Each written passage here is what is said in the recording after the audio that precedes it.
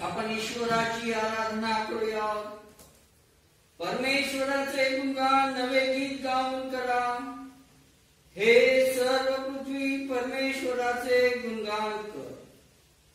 परमेश्वराचे गुणगान करा. त्याच्या नावाचा धन्यवाद करा. त्याने केलेल्या कारणाची घोषणा प्रतिदिनी करा. राष्ट्रामध्ये त्याचे गौरव, सर्व लोकांमध्ये त्याची अद्भुत कृत्ये जाहीर करा. कारण परमेश्वर थोर व परमस्तुत्य आहे.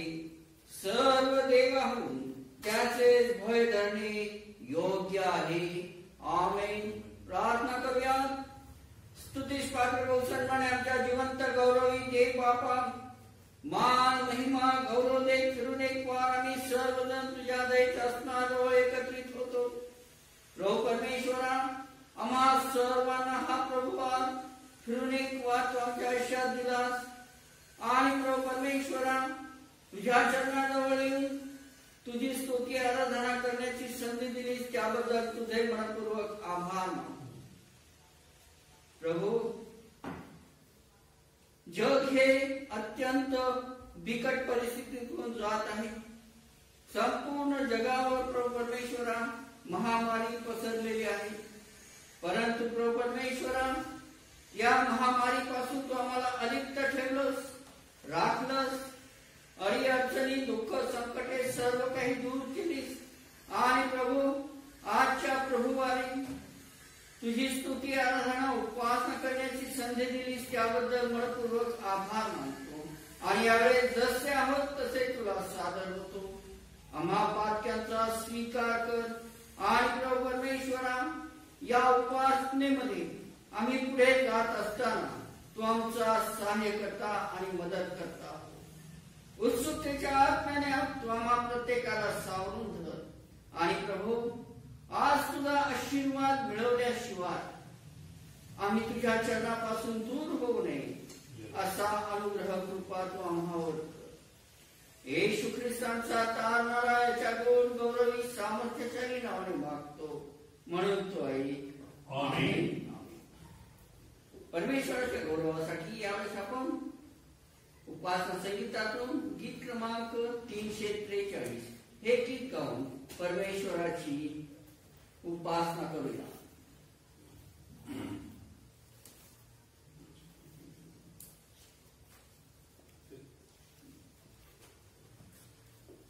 प्रभूची प्रीती पतितांवरी शास्त्रात वर्णिली पहा खरी. तेथे आढळली सुवार्ताही ख्रिस्त हा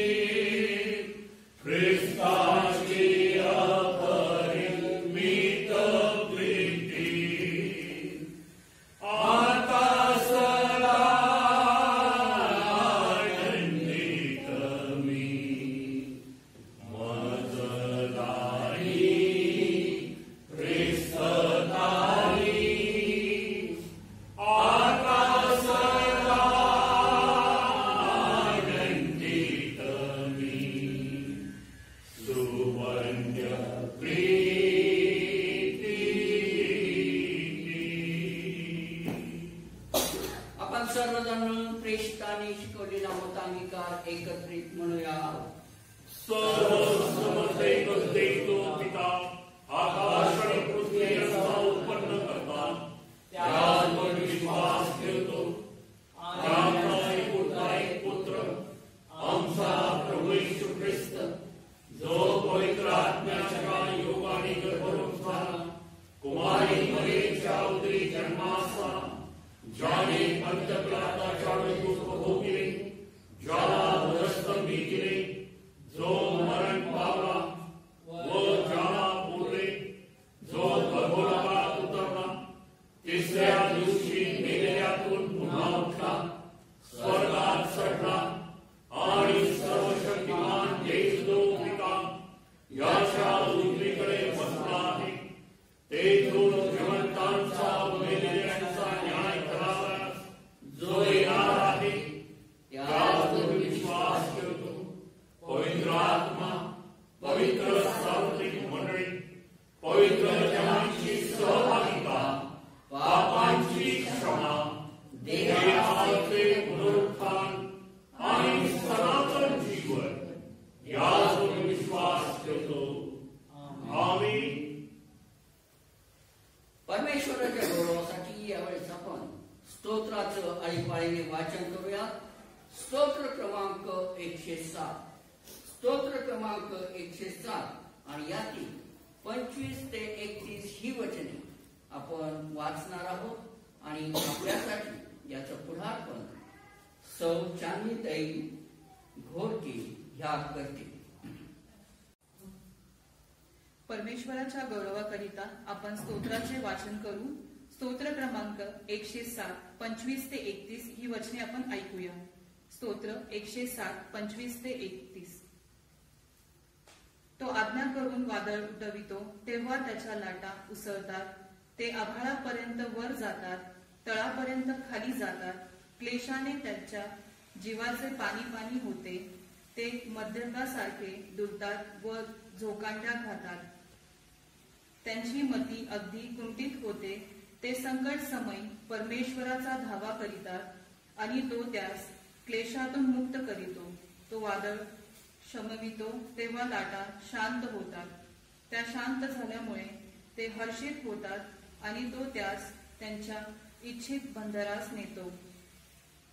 परमेश्वराच्या दयेबद्दल व त्याने मनुष्यासाठी केलेल्या अद्भुत कृत्यांबद्दल लोक त्याचे उपकार स्मरण करोत. इथे स्तोत्राचे वाचन समाप्त होते. पिता पुत्र पवित्र आत्मा यास गौरव असो. जसे प्रारंभी होते, सध्या आहे व सर्वदा युगायुग होईल. आमीन. परमेश्वराच्या गौरवासाठी यावेळेस आपण जुन्या करारातून योना संदेशाचा ग्रंथ याचा पहिला अध्याय, योना संदेशाचा ग्रंथ याचा पहिला अध्याय यातील 1 ते 12 ही वचने वाचणार आहोत. आपणासाठी याचं पुढारपण सौ निलिमाताई उफाळे ह्या करतील. आपण जुन्या करारातनं काही वचने ऐकूयात. योना याचा पहिला अध्याय 1 ते 12 वचने. अमित्य याचा पुत्र योना याला परमेश्वराचे वचन प्राप्त झाले की, उठ, त्या मोठ्या निनवे शहरात जा व त्याच्या विरुद्ध आरोळी कर, कारण त्याची दुष्टता मज पुढे आली आहे. पण परमेश्वराच्या दृष्टीआड व्हावे म्हणून योना तार्शिसास पळून जाण्यास निघाला. तो याफोस गेला. तेथे त्याला तार्शिसास जाणारे जहाज आढळले. त्याने त्याचा उतार दिला व परमेश्वराच्या दृष्टीआड व्हावे म्हणून त्याच्या बरोबर तार्शिसास निघून जाण्यासाठी तो जहाजात जाऊन बसला. तेव्हा परमेश्वराने समुद्रात प्रचंड वायू सोडिला आणि समुद्रात असे मोठे तुफान झाले की जहाज फुटण्याच्या लागास आले. खलाशी घाबरले व आपापल्या दैवतांचा धावा करू लागले. मग त्यांनी जहाज हलके करण्यासाठी त्यातील माल समुद्रात फेकून दिला. योना तर जहाजाच्या तळाशी जाऊन गाढ झोप घेत पडला होता. तेव्हा जहाजाचा तांडे त्याच्या जवळ येऊन म्हणाला, अरे, झोप घेत काय पडलास? उठ, आपल्या देवाचा धावा कर. न जाणो तो देव आपल्याकडे लक्ष देईल, म्हणजे आपला नाश व्हायचा नाही. त्यांनी एकमेकास म्हटले, चला आपण चिठ्ठ्या टाकू, म्हणजे कोणामुळे हे संकट आपणावर ओढवले हे आपणास कळेल. त्यांनी चिठ्ठ्या टाकल्या तेव्हा योनाच्या नावाची चिठ्ठी निघाली. त्यांनी त्याला विचारले, कोणामुळे हे संकट आम्हावर आले आहे सांग. तुझा धंदा काय? तू आलास कोठून? तुझा देश कोणता? तू कोणत्या लोकांपैकी आहेस? तो त्यास म्हणाला, मी इब्री आहे. ज्या स्वर्गीच्या देवाने समुद्र व कोरडी भूमी निर्माण केली त्या परमेश्वराचा मी उपासक आहे. तेव्हा त्या माणसास अत्यंत भीती वाटली. ते त्याला म्हणाले, तू हे काय केले? तो परमेश्वरासमोरून पळून चाललेला आहे हे त्यास कळले, कारण त्याने त्यास तसे सांगितले होते. ते त्याला विचारू लागले की समुद्र आमच्यासाठी शांत व्हावा म्हणून आम्ही तुझे काय करावे? समुद्र तर अधिकाधिक खवळत होता. तो त्यास म्हणाला, मला उचलून समुद्रात फेकून द्या, म्हणजे तुमच्यासाठी समुद्र शांत होईल, कारण माझ्यामुळे हे मोठे वादळ तुम्हावर उठले आहे हे मला पक्के ठाऊक आहे. येथे शास्त्रपाठाचे वाचन समाप्त होते. वाचलेली सर्व वचन देव बापा माझ्यासाठी आशीर्वादाची करो. त्याच्या नावाला मान महिमा गौरव आता आणि युगायुग असो. आमेन. परमेश्वराच्या गौरवासाठी यावेळेस आपण नव्या करारातून काही वचन वाचूया. नव्या करारातून प्रेषितांची कृत्ये याचा 27वा अध्याय. प्रेषितांची कृत्ये याचा 27वा अध्याय आणि यातील 9 ते 22 ही वचन.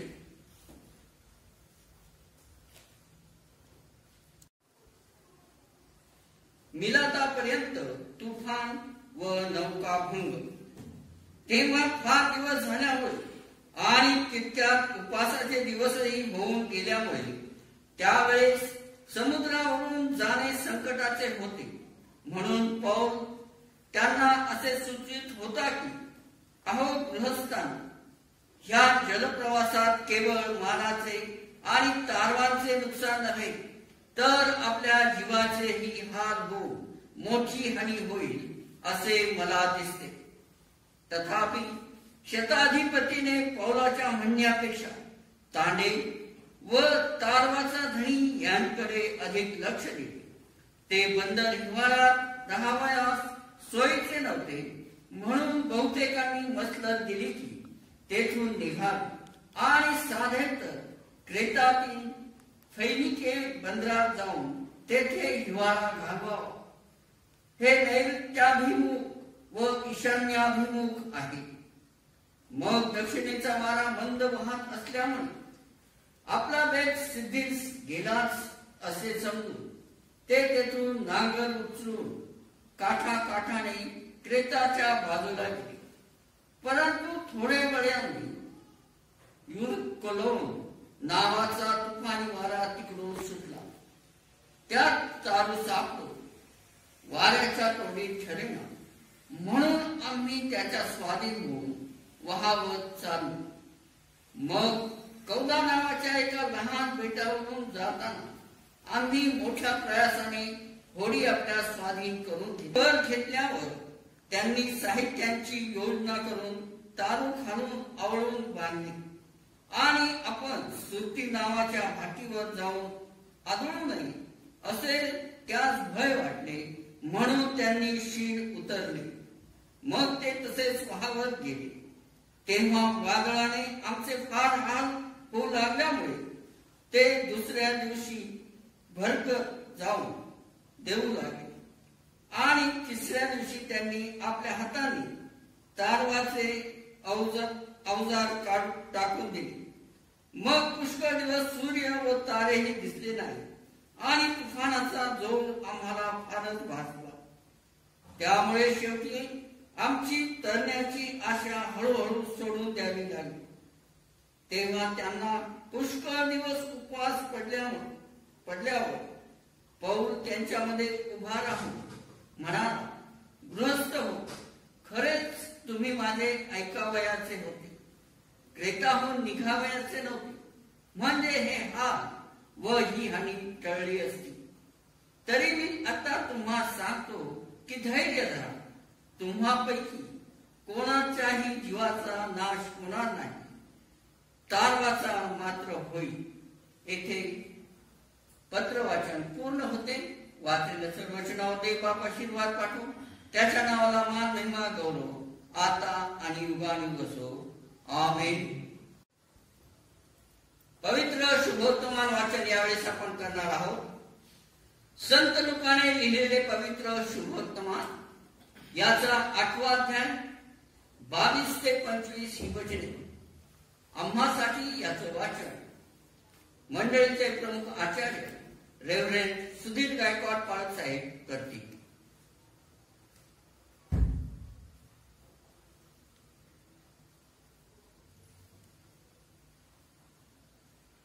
आजच्या दिवसाकरता नेमलेले पवित्र शुभवर्तमान. संत लुकानं लिहिलेले पवित्र शुभवर्तमान. संत लुकानं लिहिलेले पवित्र शुभवर्तमान याचा 8वा अध्याय आणि 22व्या वचनापासून पवित्र शुभवर्तमानास प्रारंभ होतो.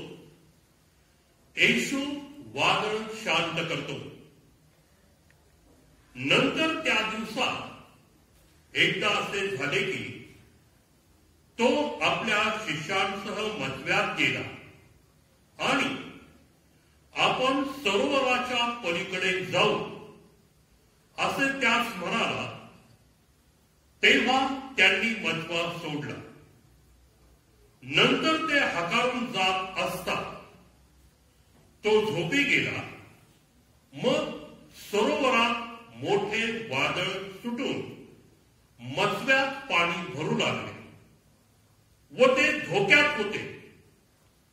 तेव्हा ते त्याच्या जवळ येऊन त्याला जागे करून म्हणाले, गुरुजी गुरुजी बुडालो.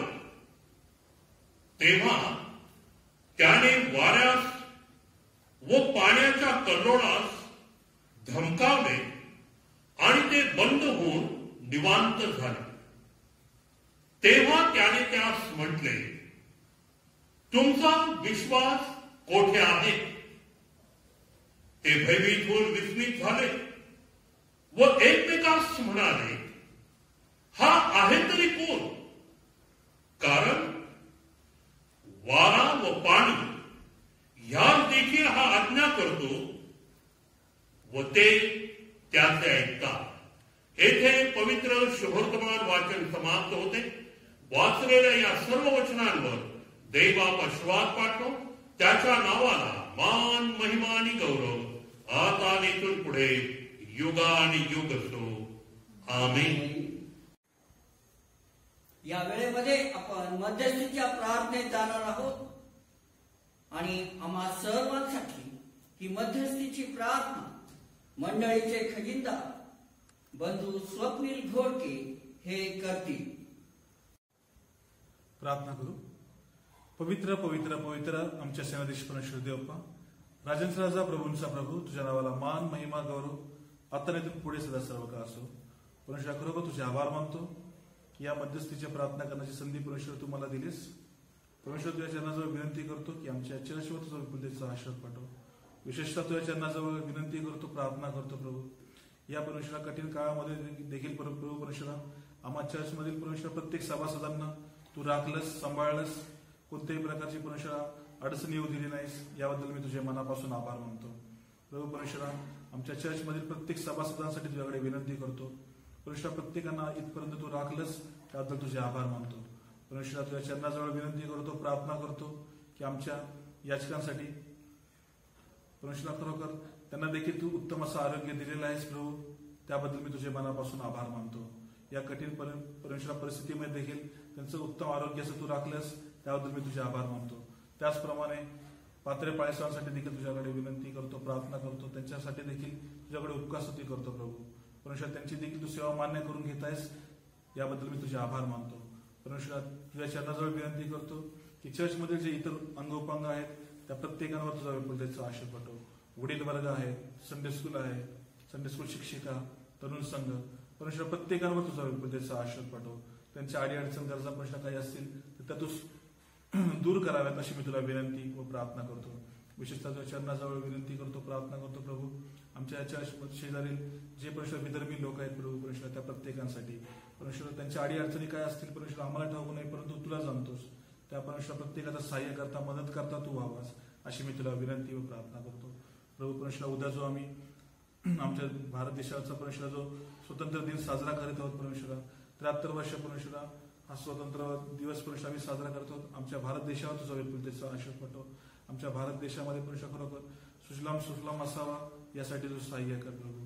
या संपूर्ण जगावर परमेश्वर जे कोरोनाचं संकट आलेलं आहे प्रभू परमेश्वरा, आम्ही परमेश्वर तुझ्याकडे विनंती करतो की आमचा भारत देश देखील परमेश्वर त्यातून सुटलेला नाही, परंतु परमेश्वर खरोखर तुझ्या दयेनुसार परमेश्वरा आम्हाला परमेश्वर तू सहाय्य करत आहेस, मदत करत आहेस म्हणून मी तुझे आभार मानतो.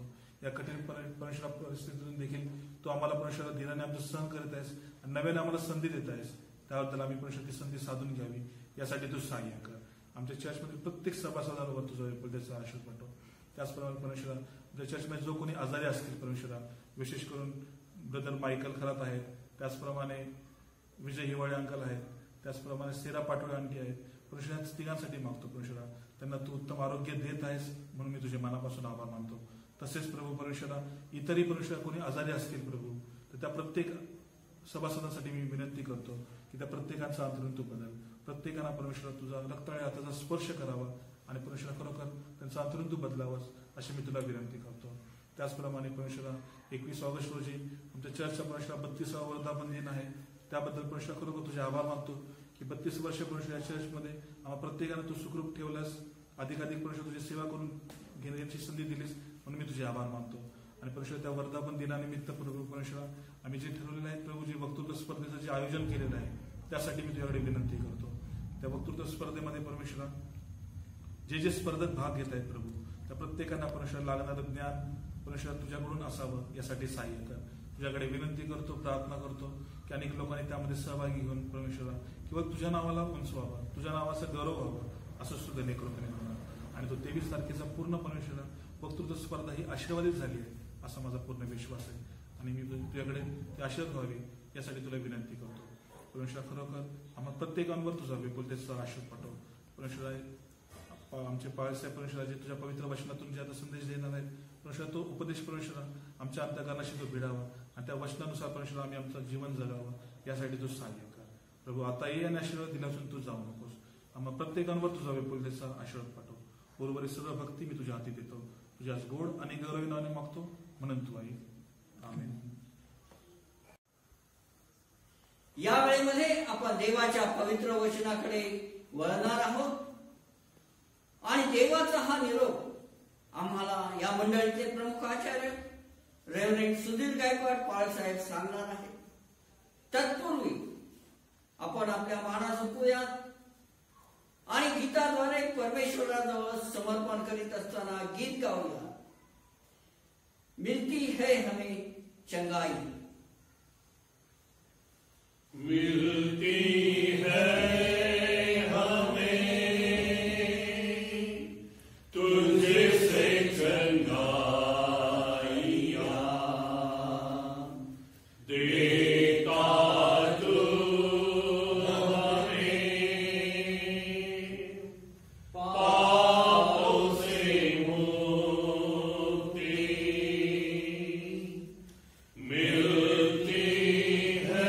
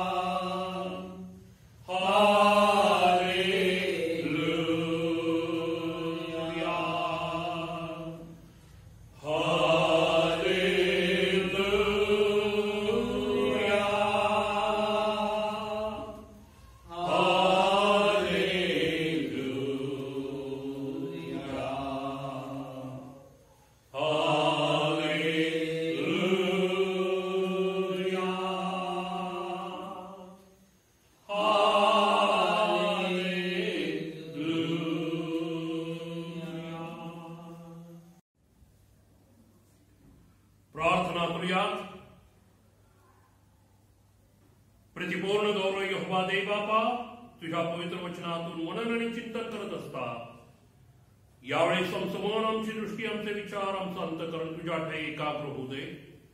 पवित्र आत्म्यात तू बोल आणि आम्ही तुझी लेकरं ऐकत आहोत. देवाच्या आत्म्यात तू बोल आणि आम्ही तुझी लेकरं ऐकत आहोत. येशू ख्रिस्तांचा प्रभू याच्या द्वारे आमेन. प्रभूच्या नावाला धन्यवाद देऊया, त्याचे उपकार स्तुती करूया. फिरून एक वार आजचा हा पवित्र प्रभुवार परमेश्वर देव आपण आपल्या जीवनाला जोडलेला आहे आणि तो पवित्रपणे पाळण्याकरता त्यानं आपल्याला आपल्या कुटुंबामध्ये, घरामध्ये एकत्र केलेला आहे. कालच आपल्या देशाचा आपण स्वातंत्र्य दिन साजरा केला. प्रभूच्या नावाला धन्यवाद देऊया की परमेश्वरानं या स्वतंत्र देशामध्ये आपल्याला आजपर्यंत सर्व प्रकारचं स्वातंत्र्य देऊन आपलं जीवन व्यतीत करण्याची संधी दिली आणि आपल्या देशवासियांची स्वातंत्र्याची व्याख्या वेगळी असू शकते, परंतु पवित्र शास्त्रामध्ये देवाचं वचन आपल्याला सांगतं, सत्य तुम्हा समजेल आणि सत्य तुम्हा स्वतंत्र करेल, किंबहुना बंधमुक्त करेल. जरी या देशाच्या स्वातंत्र्याला 73 वर्षाचा प्रदीर्घ कालावधी पूर्ण झालेला आहे का, तरी परंतु आजही अनेक प्रकारच्या बंधनामध्ये, गुलामगिरीमध्ये या देशातील रहिवासी आहेत आणि त्यामध्ये एक गुलामगिरी जी ख्रिस्ती या नात्यानं तुम्हाला आणि मला सर्वांनाच विदित आहे आणि ती गुलामगिरी आहे पापाची. पापाची गुलामगिरी, पापाचं दासत्व. आणि त्यातून आपण खऱ्या अर्थानं मुक्त झालेलो आहोत काय? स्वतंत्र देशामध्ये राहत आहोत हे सत्य आहे, परंतु आध्यात्मिक दृष्टिकोनातून ज्या पापमय गुलामगिरीत आपण आजही जखडून पडलेलो आहोत, बंदिस्त आहोत, त्यातून आपण मुक्त झालेलो आहोत का? आणि जर याचं उत्तर आपण शोधायचा प्रयत्न केला तर प्रत्येकाला मिळणारं उत्तर वेगवेगळं असू शकतं. परंतु मूळ विषयाकडे येण्याअगोदर काल या देशाचा स्वातंत्र्य दिन मोठ्या उत्साहानं साजरा केलेला असताना आज आपल्या पुढे मला हेही ठेवू द्या, माझ्या सहित प्रत्येकाकरता आपण पापाच्या गुलामगिरीतनं मुक्त झालोत काय? स्वतंत्र आहोत काय? जर नाही तर आज संधी आहे, आपण पापाच्या गुलामगिरीतनं मुक्त होऊ शकतो. देवाच्या पवित्र वचनाकडे आज आपण आपलं लक्ष केंद्रित करत असताना जे 4 शास्त्रपाठ आपण ऐकलेले आहेत, स्तोत्र 107, 25 ते 31, योना 1, 1 ते 12, प्रेषितांची कृत्ये 27वा अध्याय 9 ते 22 आणि शुभवर्तमान लूक 8, 22 ते 25. आणि या चारही शास्त्रपाठामध्ये एक शब्द आपल्याला पाहायला मिळतो आणि तो शब्द आहे वादळ. तो शब्द आहे वादळ. लुकाच्या शुभवर्तमानामध्ये 8व्या अध्यायाच्या 22व्या वचनापासून 25व्या वचनापर्यंत आपण वाचलेला आहे, ऐकलेला आहे.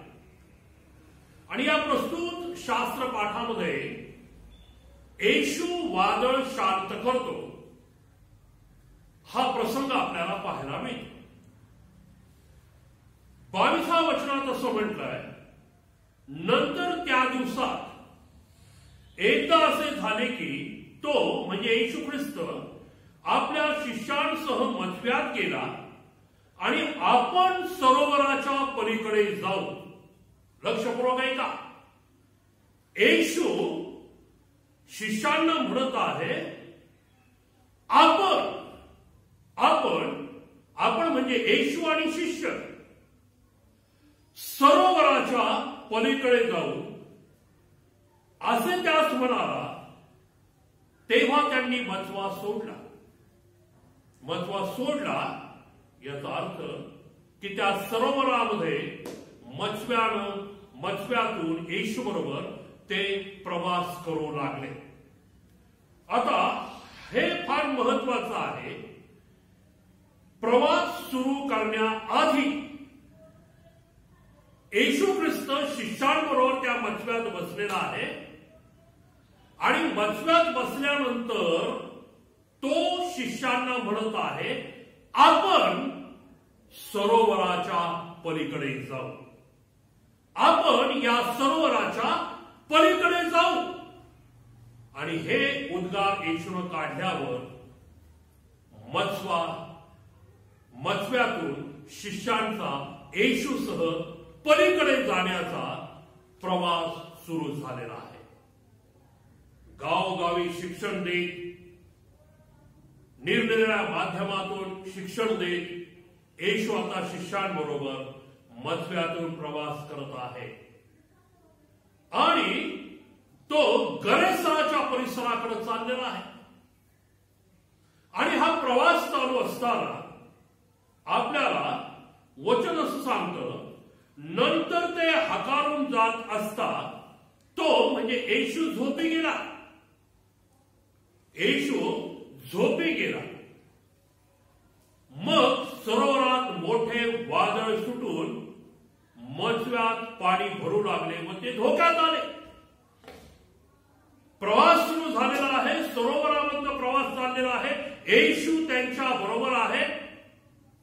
येशू त्यांना म्हणालेला आहे, चला आपण पलीकडे जाऊ. आणि येशू मचव्यात झोपलेला आहे. आणि येशू झोपी गेलेला असताना सरोवरामध्ये पहिली गोष्ट म्हटलंय, वादळ सुटलेलं आहे. वादळ सुटल्यामुळं सरोवरातल्या पाण्याच्या लाटा उसळू लागलेल्या आहेत. त्यांची नौका हेलकावे खाऊ लागली आहे. पाणी त्या नौकेमध्ये येऊ लागलेलं आहे.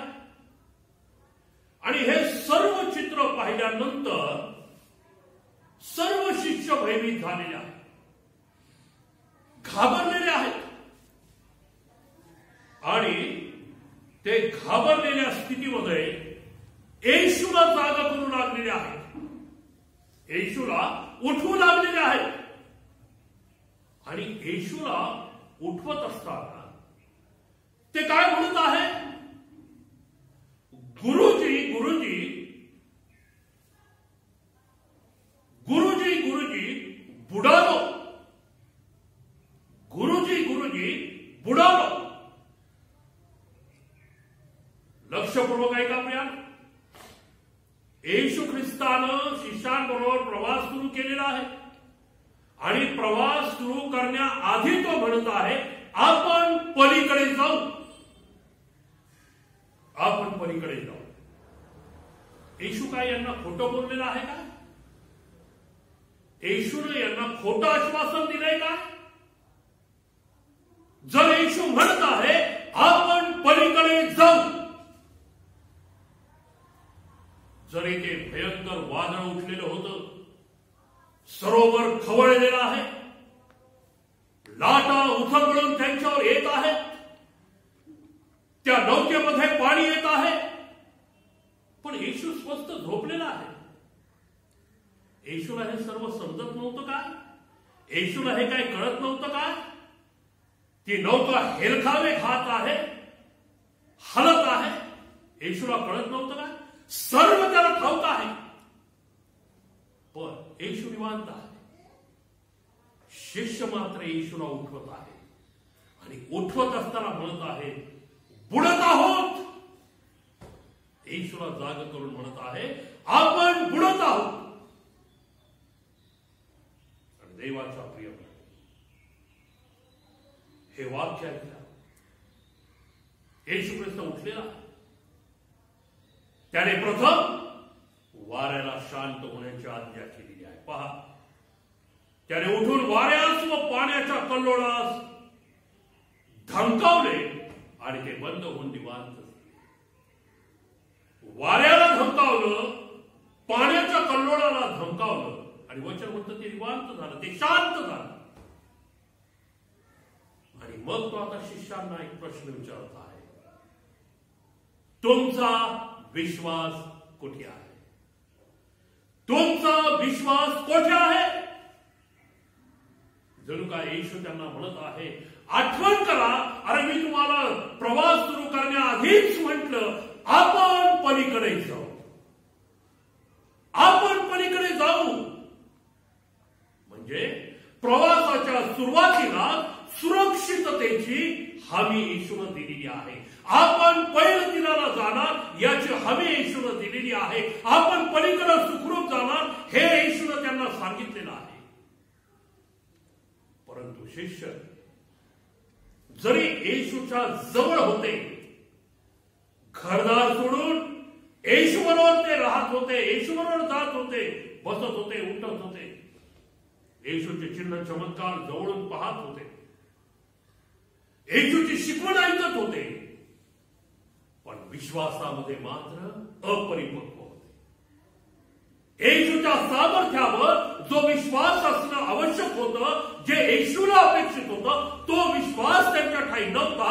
आणि म्हणून येशूला दिलेल्या आश्वासनावर त्यांनी विचारही केला नसेल, त्यांना ते आठवणही नसेल. अरे येशूनं प्रवास सुरू करताना म्हटले आपण पलीकडे जाणार आहोत, म्हणजे आपण सुखरूप राहणार आहोत, आपण सुरक्षित पैलतीरी जाणारच आहोत. त्यांना ते काहीच आठवलेलं नाही, कारण त्यांनी ते अंगीकारलंच नव्हतं. का? विश्वासात अपरिपक्वता, अल्पविश्वास.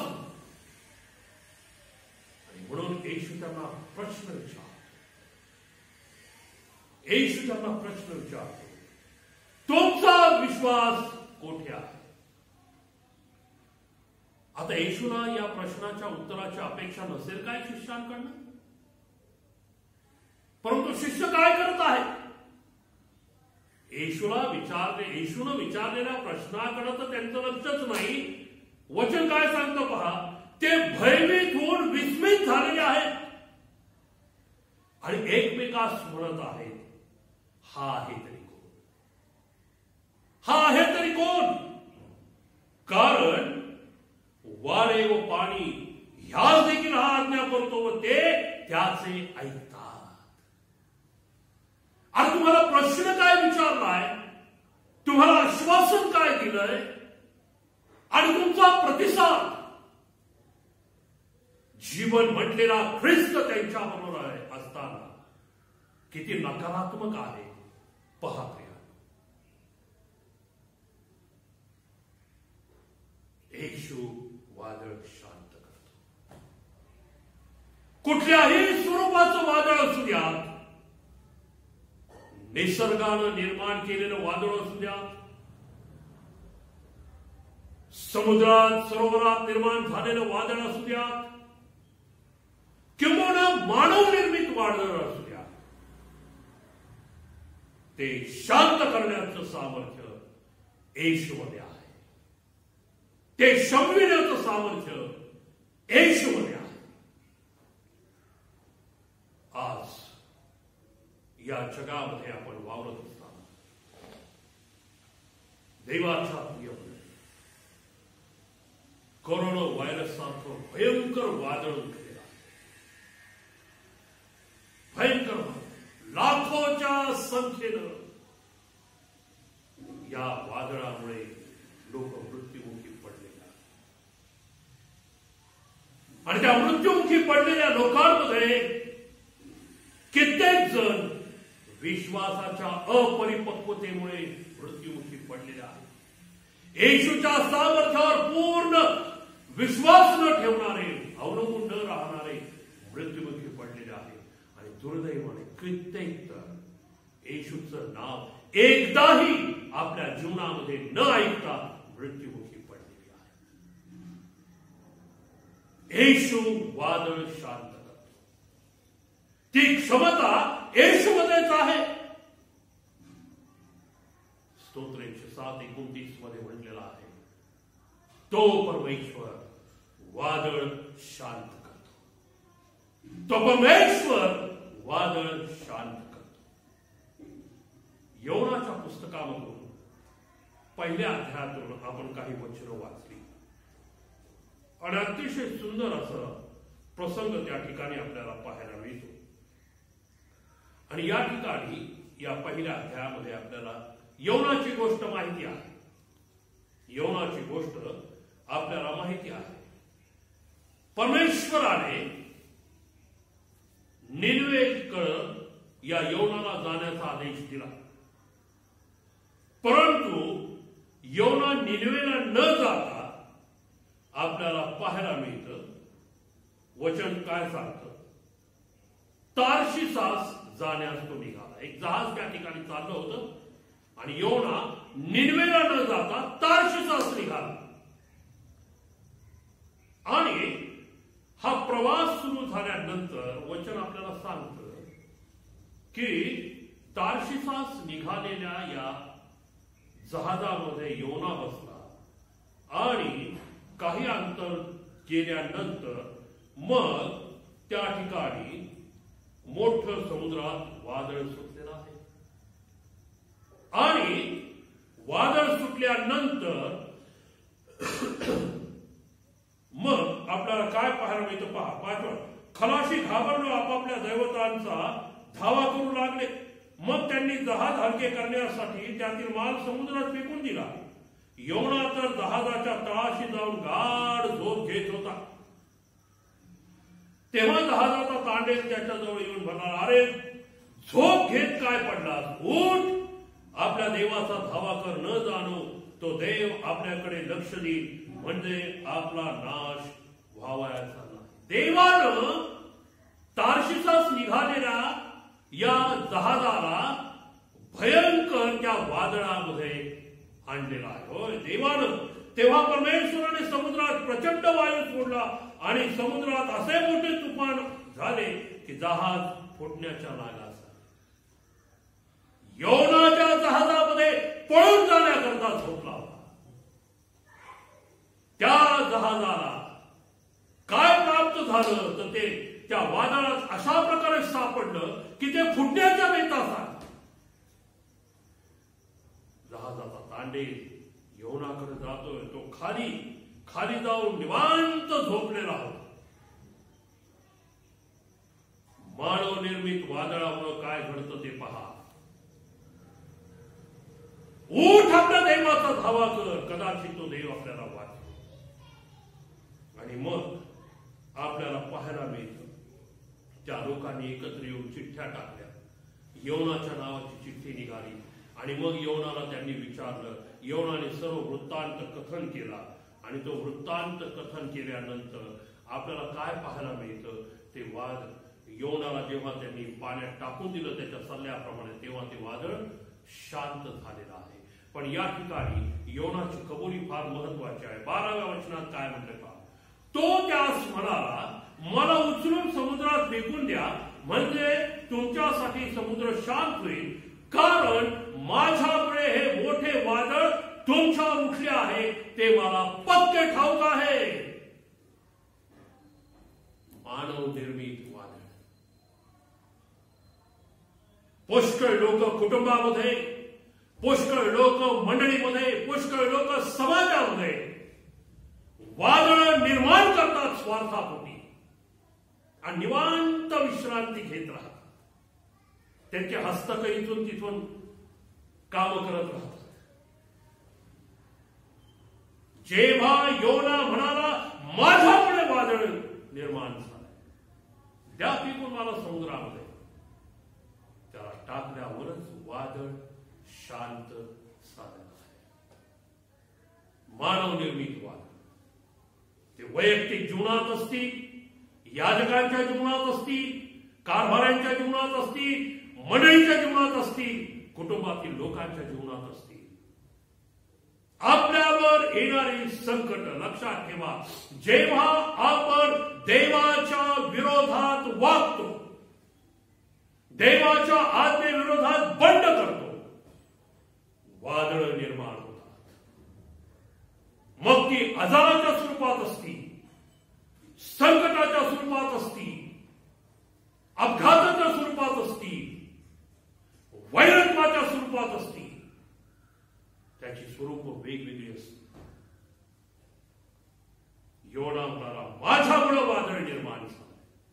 त्यानं मान्य केलं, उपाय सांगितला. जेव्हा त्याला समुद्रात टाकण्यात आलं तेव्हाच वादळ शांत. देवाच्या कोरोना व्हायरस सारखं वादळ आजही शमण्याचं थांबण्याचं नाव घेत नाही. खूप प्रार्थना होत आहेत, परंतु नुसती प्रार्थना नाही, आपल्याला आपल्या चुका मान्य करण्याची गरज. आपल्या कुटुंबामध्ये वादळ उठली असतील, कारण शोधा. माझ्यामुळं वादळ उठलंय का? माझ्या चुकीच्या निर्णयांमुळे वादळ उठलंय काय? माझ्या चुकीच्या गोष्टींमुळे वादळ उठलंय काय? माझ्या स्वार्थामुळे वादळ उठलंय काय? माझ्या कुटुंबामध्ये ते आहे का? माझ्या मंडळीमध्ये ते आहे काय? माझ्या वैयक्तिक जीवनात ते आहे का? वादळ कुठलंही असो, शमविण्याची क्षमता तुमच्या आणि माझ्या यहोवामध्ये आहे. आपल्याला योनासारखं आत्मपरीक्षण करून मान्य करायला पाहिजे. मान्य करायला पाहिजे. देवाचं पवित्र वचन. नीतिसूत्रे पहिला, नीतिसूत्रे याचा पहिला अध्याय. आणि या पहिल्या अध्यायामध्ये आपल्याला नीतिसूत्रकार या वादळाबद्दल काय सांगतो पहा. नीतिसूत्रे याचा पहिला अध्याय आणि याच्यामध्ये नीतिसूत्रकार 27व्या वचनात असं म्हणतो. नीतिसूत्रे पहिला अध्याय 27वा वचन. वादळाप्रमाणे तुमच्यावर संकट येईल आणि तुफानाप्रमाणे तुम्हाला विपत्ती प्राप्त होईल. विपत्ती व उद्वेग ही तुमच्यावर सोडवतील. येथील संकट येतील, विपत्ती येतील. का? देवाचं नाही ऐकल्यावर, देवाच्या आज्ञा मोडल्यावर हे सगळं घडतं. वादळ निर्माण होतं. अल्प आणि अविश्वासामुळे वादळ निर्माण होतात. आज आपण ही कारण शोधणं फार आवश्यक आहे, फार आवश्यक आहे. आपला देव याचं खंबीर आश्वासन आहे आपल्याला. तो आपल्याला मुक्त करणारच आहे, तो आपल्याला सोडवणार आहेच आहे. यिर्मया 23वा अध्याय, यिर्मया संदेशाचा ग्रंथ याचा 23वा अध्याय. आणि या 23व्या अध्यायामध्ये यिर्मया संदेशा काय म्हणतो आपण पाहूया. यिर्मया 23 आणि याच्या 19व्या वचनामध्ये यिर्मया संदेशा काय म्हणतो पहा. आणि या ठिकाणी असं म्हटलेलं आहे, पहा, परमेश्वरापासून त्याचे क्रोध रूप तुफान सुटले आहे. गरगर फिरणारी वावटळ दुष्टांच्या डोक्यावर आदळेल. परमेश्वर आपले कार्य करीपर्यंत, आपला मनोदय पूर्ण करीपर्यंत त्याचा संताप फिरावायचा नाही. पुढील काळी तुम्हाला चांगले समजेल, पुढील काळी तुम्हाला चांगलं समजेल असं परमेश्वर. त्याचा क्रोध जोपर्यंत नष्ट होत नाही, वादळ येत नाही, वावटळ येत नाही. त्याचा क्रोध शमविण्याकरता एकच पर्याय, जसं योना म्हणाला माझ्या, जसं शिष्यांच्या अविश्वासामुळे, अपरिपक्वतेमुळे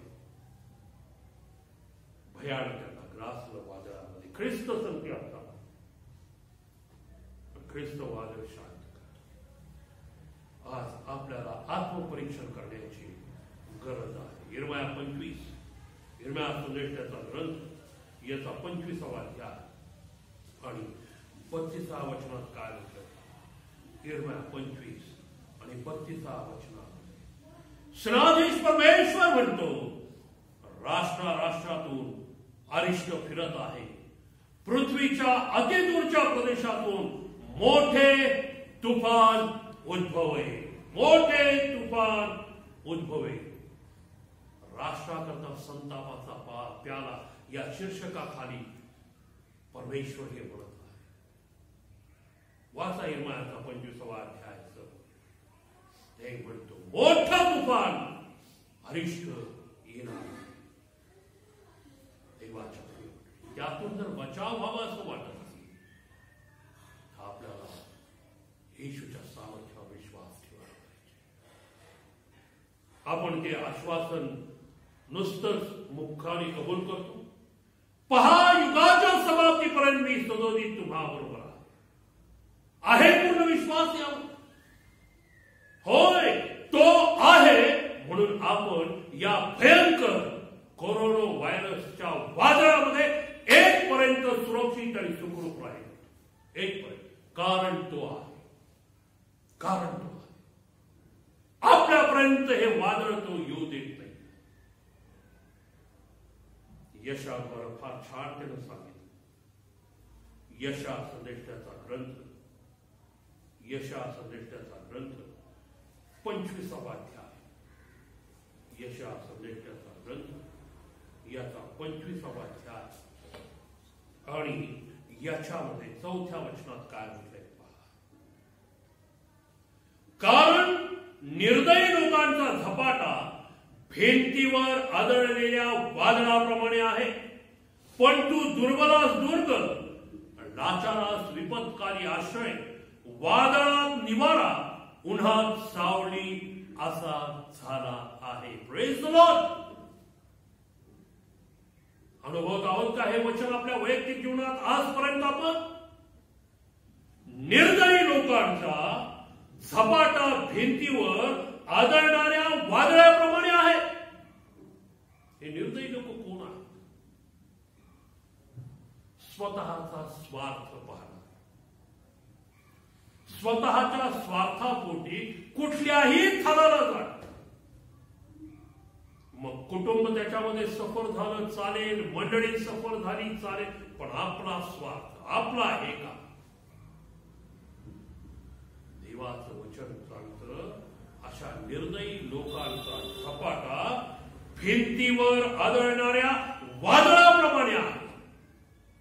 पण तू दुर्बल असतो, म्हणजे दुर्बल आहे त्यांचा दुर्ग यहोवा आहे. लाचार आहे, विपत्काली तो त्यांचा आश्रय आहे, आणि वादळात तो निवारा आहे. उन्हात सावली असा त्यांच्यासाठी तो आहे. का आपला अंतर करणारा म्हणू नये. यहोवा तू चांगला देव आहेस. तुझ्यासारखा चांगला देव पूर्वी कोणी नव्हता, नंतरही कोणी होणार नाही. नंतरही कोणी होणार नाही. यशा भविष्यवादी 43वा अध्याय. यशा भविष्यवादी 43वा अध्याय. पहा देवाचं आश्वासन काय आहे. परमेश्वर हाच एकमेव मुक्तीदाता. पहिल्या वचनापासून तरी आता हे याकोबा तुझा उत्पन्न करता आणि हे इस्रायला तुझा निर्माण करता. परमेश्वर असे म्हणतो, भिऊ नको, कारण मी तुला सोडवले आहे. भिऊ नकोस. मानव निर्मित वादळ असू देत, मनुष्याच्या अपराधांमुळे निर्माण झालेले वादळ असू द्या, चुकांमुळे, अवज्ञेमुळे, अल्पविश्वासामुळे निर्माण झालेली वादळ असू द्या, परंतु विश्वासणारा तो अभिवचन देताना म्हणतो, भिऊ नकोस, भिऊ नकोस, कारण मी तुला सोडवणार आहे. म्हणजेच मी तुला सुरक्षित केलेलं आहे. मी तुला तुझ्या नावाने हात मारली आहे. तू माझा आहेस. तू जलातून जाशील. पहा, लक्षपूर्वक ऐका. तू जलातून चालशील तेव्हा तेव्हा मी तुझ्याबरोबर असते. नद्यातून जाशील तेव्हा त्या तुला बुडवणार नाही. अग्नीतून चालशील तेव्हा तू भाजणार नाही. ज्वाला तुला पोळणार नाही. का आपल्या अंतःकरणाला म्हणू नये. Thank you Jesus. आज आपल्या अवतीभोवती भयंकर गोष्टी आहेत ज्याचा परिणाम मरण आहे, सार्वकालिक मरण आहे. पण तुमचा आणि माझा देव आपल्याला म्हणतो, मी तुला सुरक्षित केलेला आहे. भिऊ नको, मी तुला सुरक्षित केलेलं आहे. Praise the Lord, praise the Lord. देवाचं पवित्र वचन, देवाचं पवित्र वचन. यशया 32, यशा याचा 32वा अध्याय. आणि याच्यामध्ये पहिल्या आणि दुसऱ्या वचनात काय म्हणतात?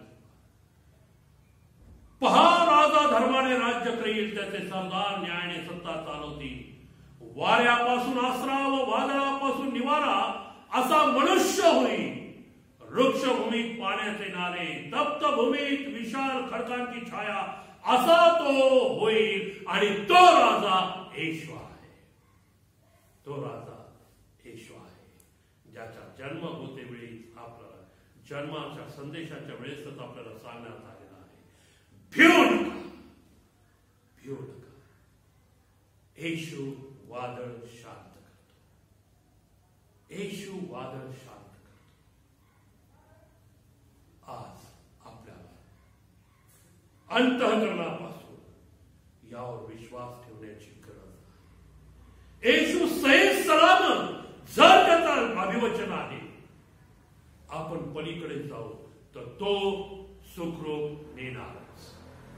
तो सुखरूप नेणारच. मग कितीही वादळ उठू द्यात आपल्या वैयक्तिक जीवनामध्ये, आपल्या अवतीभोवती, येशूचं आश्वासन आहे, आपण पलीकडे जाऊ, तो आपल्याला सुरक्षित नेणारच. तो आपल्याला सुखरूप नेणारच. कारण शिष्यानं तो असं म्हणाला नाही, तुम्ही पलीकडे जा. तो म्हणाला आपण. तो त्यांच्या बरोबर आहे. आणि आजही तो आपल्या बरोबर आहे. आजही तो आपल्या बरोबर आहे. का आपल्या बरोबर आहे? युगाच्या समाप्तीपर्यंत मी तुमच्या बरोबर राहणार आहे. येशूनं स्वर्गारोहणापूर्वी हे आश्वासन दिलेलं आहे. प्रियानो, पवित्र शास्त्रामध्ये अनेक उदाहरणं देऊन मी आपल्याला या गोष्टी स्पष्ट करू शकतो. सुटकेचा प्रवास आपल्या पूर्वजांचा चालू होता. जेव्हा अभिवचन परमेश्वरानं दिलेलं होतं, अब्राहमाचा, इसाहकाच्या, याकोबाच्या देवानं जे अभिवचन दिलं होतं योसेफाद्वारे 50व्या अध्यायात, परमेश्वर तुमची भेट घेईल आणि तो तुम्हाला सोडवेल. त्या अभिवचनाप्रमाणे येशूनं, परमेश्वरानं आपल्या पूर्वजांना गुलामगिरीतून बाहेर काढलं. प्रवास चालू आहे. आणि आपल्याला पाहायला मिळतं यहोशवाचा 3रा अध्याय, यहोशवाचा ग्रंथ याचा 3रा अध्याय. आणि प्रवास चालू आहे. यहोशवा नेतृत्व करत आहे. यार्देन नदी आडवी आहे. आता पलीकडे जायचं आहे. आणि वचन काय सांगतं? कोश वाहणारे यार्देनेपाशी येऊन पोहोचले आणि कोश वाहणाऱ्या याजकांचे पाय कडेच्या पाण्यात बुडाले. सुगीच्या दिवसात यार्देन नदी दुथडी भरून वाहत असते. सुगीच्या दिवसामध्ये हे तिथे आहे. दुथडी भरून यार्देन वाहत आहे. परंतु परमेश्वराने योजना केली आहे. परमेश्वर त्यांच्या बरोबर आहे. आणि ती यार्देन सुखरूपपणे ओलांडून देवाचे लोक पलीकडे गेले. दुथडी भरून वारणी यार्देन, पण देवाचे लोक सुखरूप पलीकडे गेलेले आहेत. कारण देव त्यांच्या बरोबर. देवानं सांगितलं, मी तुम्हाला आशीर्वादी देशात घेऊन जाणार. देवाने त्यांना नेलेलं आहे. निर्गम 14 मध्ये हीच गोष्ट आपल्याला पाहायला मिळते. तांबड्या समुद्राची माग फारोचं सैन्य, पुढं समुद्र आहे. परंतु त्या समुद्रातही देवाचे लोक सुखरूप पलीकडे गेले.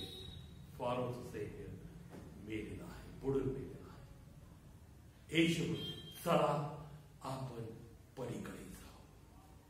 येशूच्या आश्वासनावर विश्वास ठेवा. कितीही प्रादुर्भाव, कोरोना व्हायरस या वादळाचा वाढू द्या, संसर्ग वाढू द्या, येशू म्हणत आहे आपण पलीकडे जाऊ. येशू नेणार आहे. कारण आपल्या बरोबर तो आहे. तो आपल्या बरोबर आहे. आणि म्हणून चिंता करांत होऊन बहुमूल्य मिळालेली ही संधी भयानं चिंताग्रस्त होऊन घालू नका. तर संधी साधा आणि प्रभूमध्ये त्याच्या सामर्थ्यामध्ये, त्याच्या विश्वासामध्ये, त्याच्या पावित्र्यामध्ये स्वतःला नेटानं उभं करण्याचा प्रयत्न करूया. येशू म्हणत आहे, चला आपण पलीकडे जाऊ. प्रार्थना. यहोवा, धन्यवाद देतो या वचनांवर आम्हाशी बोलला. ऐकणारे कान, समजणार मन आणि त्याप्रमाणे वागणार अंतःकरण द्यावंस ही प्रार्थना येशू ख्रिस्त आमचा प्रभू याच्याद्वारे करतो म्हणून पित्या. आमेन.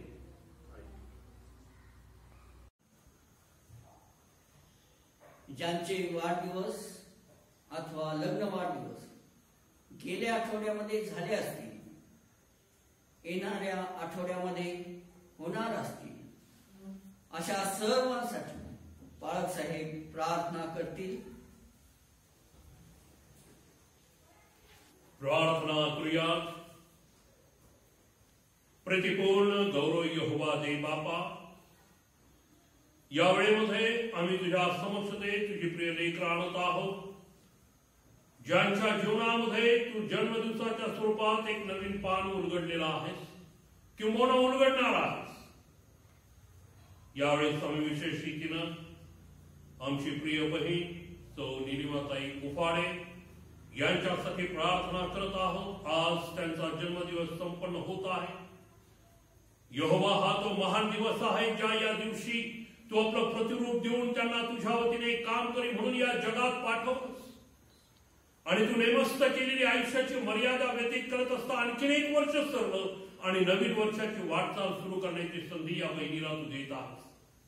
आम्ही तुझे मनोभावे आभार मानतो आणि प्रार्थना करतो या बहिणीला इथून पुढे तुझ्या कृपेत, तुझ्या आरोग्यात, तुझ्या समाधानात राख आणि वाढव आणि राख.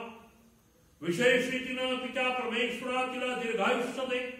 अशा प्रकारचे अनेक आशीर्वादी जन्मदिवस तू तिला दाखवून तिचं कल्याण करावंस आणि देव बापा तिच्या कुटुंबासह तिला तू आशीर्वादित करावंस ही आमची प्रार्थना आणि विनंती आहे. ज्या इतरांचे आहेत त्यांच्यासाठी आमची हीच प्रार्थना आहे. ज्यांचे लग्न वाढदिवस संपन्न झालेले आहेत किंवा होणार आहेत त्यांच्यासाठी आम्ही तुझा अनुग्रह मागतो. दे बापा, त्यांनाही तुझा अनुग्रह प्राप्त होऊ दे आणि तुझी कृपा पुरव आणि त्यांनाही दीर्घायुष्य दे. संसारिक जीवनाची वाटचाल अधिक आशीर्वादित आणि यशस्वी कर अशी माझी प्रार्थना आहे. येशू ख्रिस्त आमचा प्रभू याच्याद्वारे प्रार्थना करतो म्हणून तो ऐक पित्या. आमेन. सर्व समर्थ देव तुम्हाला आशीर्वाद देव, तुमचं संरक्षण तो करो, आपला मुखप्रकाश तो तुम्हार पाडो, तुम्हार तो कृपा करो, तुम्हाकडे परमेश्वर प्रसन्नमुख करो आणि तुम्हाला दीर्घायुष्य देऊन तुमचं जीवन सर्व प्रकारच्या आशीर्वादानं, मनशांतीनं, पवित्र आत्मिक कृपादानानं आत आणि सदा सर्वदा भरलेलं असं राखो. आमेन. आपण सर्वजण मिळून प्रभूने शिकलेली प्रार्थना म्हणूयात. आशीर्वाद घेऊ उपासनेची सांगता सुवंद्य देव या गीताने करूया. हे आमच्या स्वर्गातील बापा, तुझे नाम पवित्र मानले जाव, तुझे राज्य येवो, जसे स्वर्गात तसेच पृथ्वीवरही तुझ्या इच्छेप्रमाणे हो.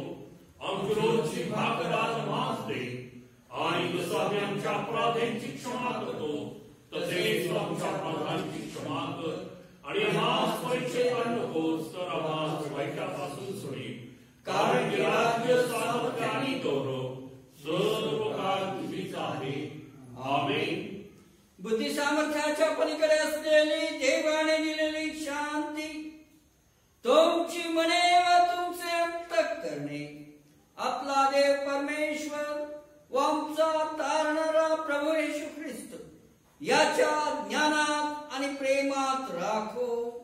आणि आता देव जो बापाची प्रीती, देव जो पुत्र याची कृपा आणि देव जो पवित्र आत्मा याची सहभागिता, सहजीवन आणि आशीर्वाद आम्हा सर्वांबरोबर, देवाच्या सर्व प्रिय लेकरांबरोबर आतापासून येथून पुढे युगायुग राहो. आमेन.